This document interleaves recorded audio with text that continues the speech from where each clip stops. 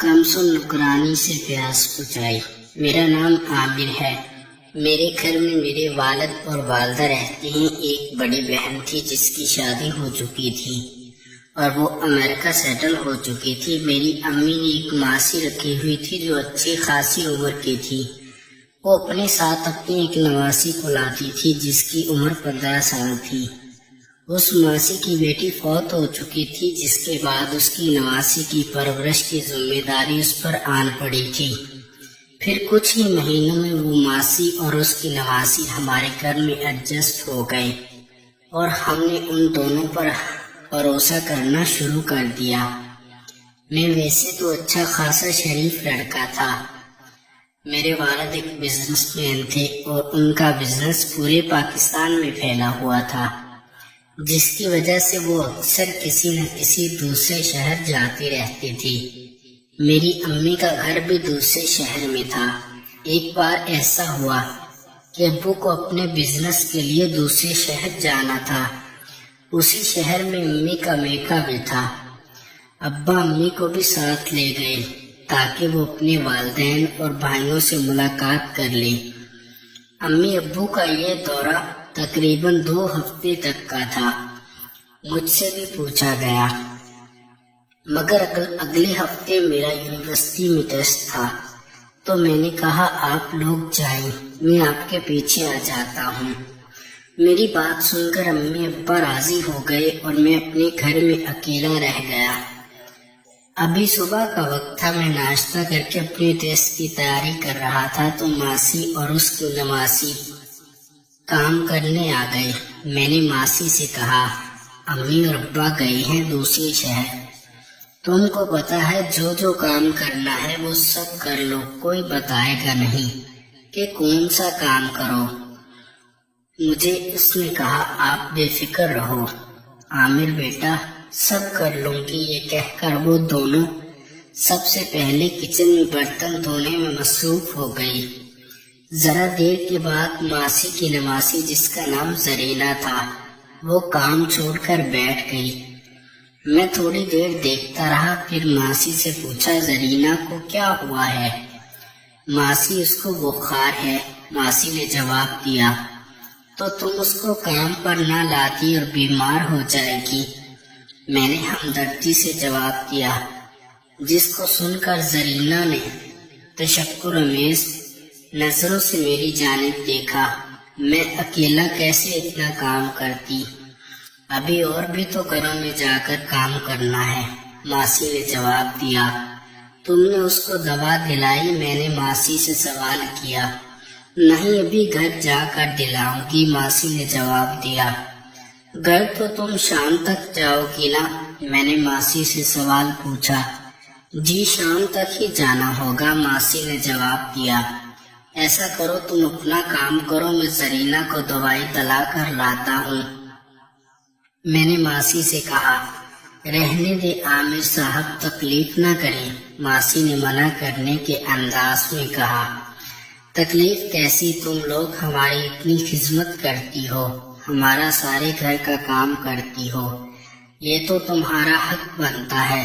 بس تم اپنا کام کرو، میں اس کو ابھی دوا دلا کر لاتا ہوں۔ یہ کہہ کر میں نے زرینہ کو کہا، چلو میرے ساتھ، ایسا نہ ہو کہ کلینک بند ہو جائے۔ زرینہ نے ماسی کی جانب دیکھا، ماسی نے اسے ہاں میں سر ہلایا اور زرینہ میرے ساتھ چلی گئی۔ کار میں بیٹھ کر زرینہ کی گردن پر ہاتھ لگایا اور کہا، تم کو تو کافی بخار ہے، تم کو آرام کرنا چاہیے۔ زرینہ نے کوئی جواب نہ دیا اور خاموشی سے سر جھکا لیا۔ ذرا دیر بعد ہم دوا لے کر واپس آ گئے تھے۔ میں نے ماسی سے کہا، ڈاکٹر نے اس کو مکمل آرام کرنے کو بولا ہے، تم اس کو گھر چھوڑ کر جانا اپنے دوسرے کام پر۔ صاحب کیسے چھوڑ سکتی ہوں، وہ تو کافی دور ہے، اس کو ہمت کر کے جانا ہوگا میرے ساتھ، ماسی نے جواب دیا۔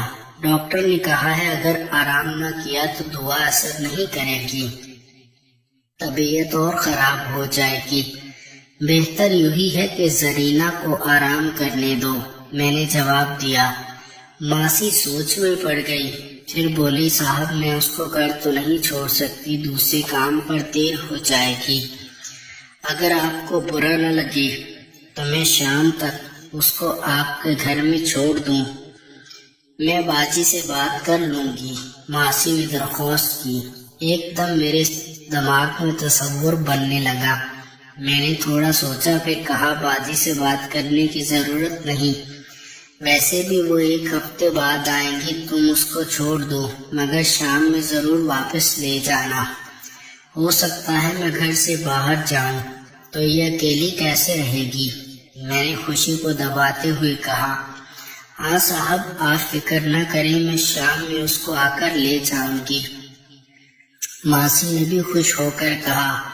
ہاں ذرا دیر بعد ماسی اپنا کام ختم کر کے چلی گئی۔ میں اور میرے گھر والے زرینہ کو ایک چھوٹی بچی کی طرح ہی ٹریٹ کرتے تھے، وہ ذہنی طور پر اتنی بالغ تھی بھی نہیں۔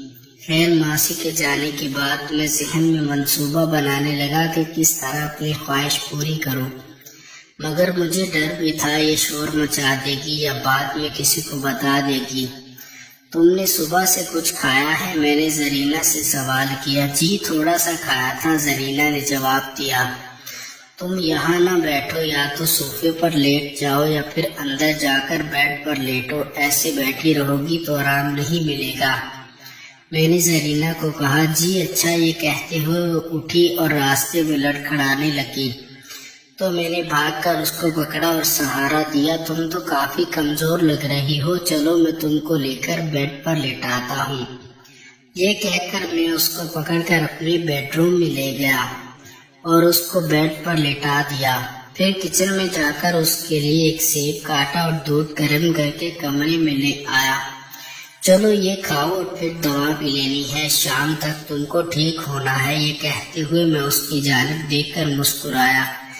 جواب میں وہ بھی مسکرائی، وہ سیب کھانے لگی۔ میں نے ٹی وی آن کیا، میں ایک کے بعد ایک چینل تبدیل کرتا رہا۔ میں نے چینل تبدیل کیا تو ایک نیوز چینل تھا جس پر نیوز آ رہی تھی کہ شہر کے حالات خراب ہو گئے ہیں، ہنگامے شروع ہو گئے ہیں۔ میں نے زرینہ سے پوچھا کہ تمہاری نانی کس جگہ گئی ہے؟ اب کام پر۔ زرینہ کو اس کا اندازہ نہیں تھا، وہ تو بس اپنی نانی کے ہمراہ ساتھ چلی جاتی تھی۔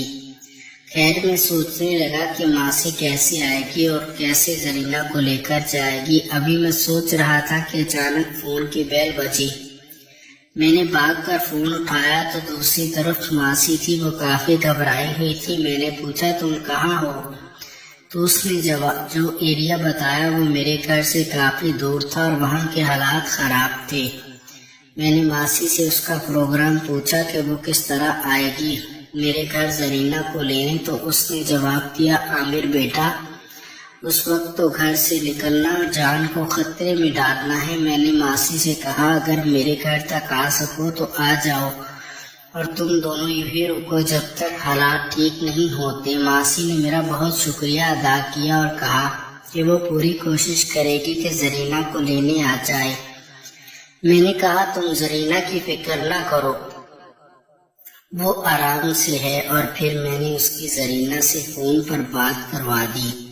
وہ خاصی مطمئن ہو گئی تھی۔ زرینہ اب پہلے سے کچھ بہتر محسوس کر رہی تھی۔ ذرا دیر بعد میں نے زرینہ کو دوائی دے دی اور کہا تم سو جاؤ، تمہاری نانی آئے گی تو تم کو جگا لوں گا، اور یہ کہہ کر میں روم سے باہر نکل گیا۔ مجھے کل یونیورسٹی بھی جانا مشکل لگ رہا تھا۔